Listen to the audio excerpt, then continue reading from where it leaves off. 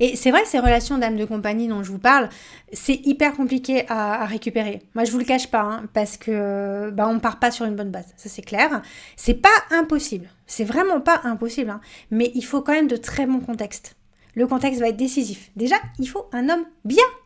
Il faut que ce soit un homme bien, un homme respectueux des femmes, qui a une moralité. Ça, c'est la base de la base. Déjà, si vous voulez récupérer, vraiment, transformer une relation d'âme de compagnie en relation sérieuse, il faut déjà que le mec, il soit bien, voilà, qu'il soit correct avec les femmes, qu'il n'abuse pas d'elles, qu'il soit pas égoïste, qu'il soit pas non plus dans la phase, genre, il en veut aux femmes parce que son ex, elle a quitté. Je dis ça, je dis rien. Et d'ailleurs, attendez, hein, parce qu'un homme qui est très bien d'habitude, très correct, très respectueux des femmes, peut mal se comporter à un moment donné. Par exemple, l'exemple que je viens de citer, il est en colère contre les femmes, ou il est en colère parce que sa femme l'a quitté, du coup il se venge un petit peu, sur les femmes, entre guillemets, il se venge, hein, c'est pas forcément conscient, mais du coup il est un peu plus égoïste, quoi, il est un peu moins dans l'empathie. Et d'ailleurs, vous savez, moi j'ai eu le cœur brisé, hein, quand la fois que j'étais célibataire, mais j'ai aussi brisé le cœur d'un homme, et en fait, moi je l'ai pas vu venir, hein. Je l'ai pas vu venir, j'ai pas compris. C'est en le revoyant des mois plus tard, je me suis rendu compte, en fait, lui, il voulait plus, nanana, et voilà, j'ai brisé le cœur, ce mec. Bon, bref, vous voyez, on est tous les connards de quelqu'un à un moment ou à un autre, et parfois, on le sait même pas. Et je pense que c'est un peu comme ça avec ces hommes-là. Il y a beaucoup d'hommes, ils comprennent pas qu'ils sont un connard pour vous, en réalité. Et d'ailleurs, j'arrête pas que de voir des réflexions sur les réseaux sur le ghosting. C'est vraiment, la pire perversité du monde, mais comment on peut faire quelque chose d'aussi mauvais, d'aussi méchant ? Mais attendez, on paraît que ces mêmes personnes qui disent ça, elles ont déjà ghosté quelqu'un, mais... Non mais je vous jure, mais moi des fois, vous savez, mes coachés en général, c'est des femmes vraiment très bien, très empathiques, gentilles et tout ça. Franchement, il y en a plus d'une qui me dit « Oh oui, mais non, mais je le gosse, il m'intéresse pas, nanana. » Tu sais, c'est pas très agréable d'être ghosté et tout ça. Et pourtant, c'est vraiment des femmes gentilles. Mais à un moment, on est tous les connards de quelqu'un. On a tous déjà ghosté quelqu'un. Donc, faut arrêter de se dire que c'est grave. Enfin, je suis pas en train de vous dire « Oh non, c'est pas grave de se faire ghoster. » C'est pas ça. C'est indélicat et... effectivement, faut pas le faire.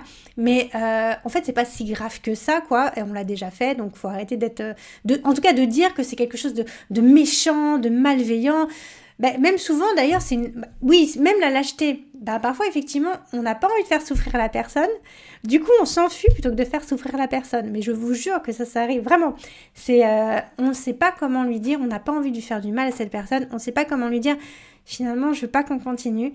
Et à la place de lui dire et de le blesser, on choisit de se retirer à petit pied. Vous savez, on recule jusqu'à ce qu'il ne nous voit plus.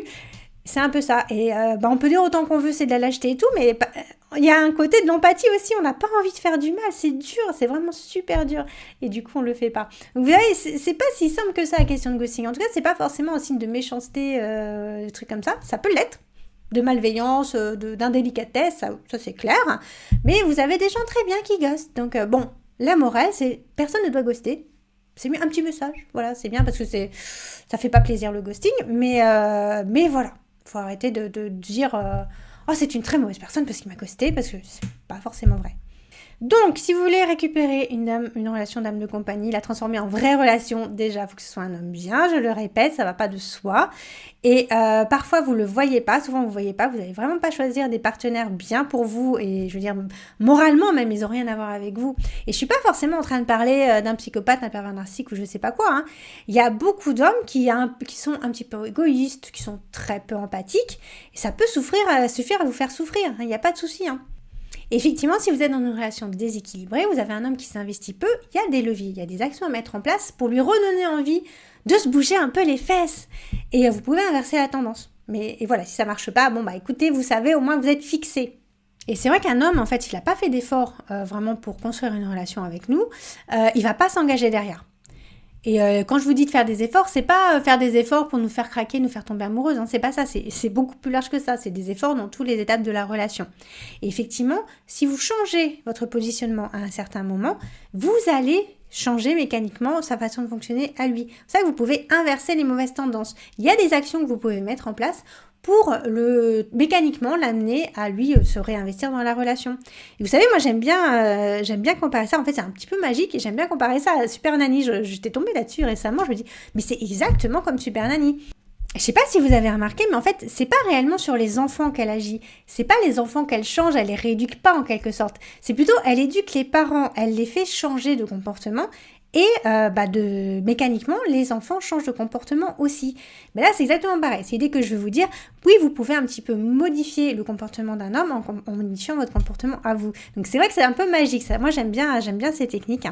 Et vous voyez, vous n'agissez pas sur eux. Vous agissez sur vous et ça les modifie en face. Et ça marche très très bien. C'est hyper efficace. Mais ça, pour ça, je vous renvoie à ma formation d'Indécis Investi. Alors, je vous mets le lien dans la description. Je vous explique tout ça. Je vous explique 5 étapes, justement, pour complètement modifier votre positionnement à vous. Et vous allez voir, c'est magique. Vous allez changer son positionnement en retour. Et c'est que comme ça que vous aurez une chance, effectivement, de le remettre au boulot.